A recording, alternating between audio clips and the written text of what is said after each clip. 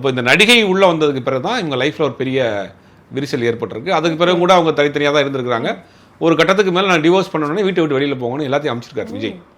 பையனை அமைச்சிருக்காரு. எப்படி மனசு வந்துச்சுன்னே அவருக்கு தெரியல. பெத்த பிள்ளைய தன் ஒரு வயசுக்கு வந்து ஒரு பொண்ணு 20 வயசு பொண்ணு அதை வீட்டை விட்டு அமைச்சிருக்கிறாரு.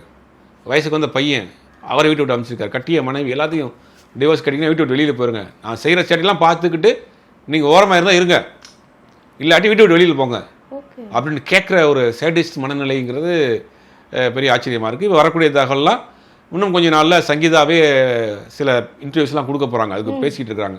சங்கீதா கொடுக்க போகிறாங்க, சஞ்சய் பேச போகிறார் அப்படின்னு பேசினப்ப விஜயினுடைய முகத்திரை இன்னும் கிழிஞ்சு தொங்க போகுது. நம்மளை போன்ற ஆட்கள் ஆரம்பத்திலேருந்து வெரி பிகினிங்லேருந்து விஜயினுடைய கேரக்டர் நம்ம சொல்லிக்கிட்டே இருக்கிறோம். நம்மளை வந்து அணில் குட்டிலாம் நமக்கு நிறையா கடிச்சு வச்சாங்க.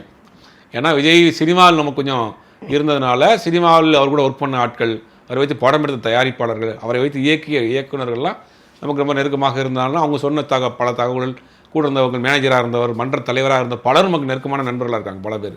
இப்போ அவங்க சொன்ன தகவல்லாம் வச்சு தொடர்ந்து சொல்லிட்டு இருக்கோம். விஜயினுடைய கேரக்டர் வந்து இந்த சேடிஸ்ட் அப்படின்ற கேரக்டர் நம்ம தான் முதல்ல சொன்னோம். அவர் எப்படி நடந்துக்கிறாருன்னு அது குடும்பத்திலையும் நடந்துக்கிறார்.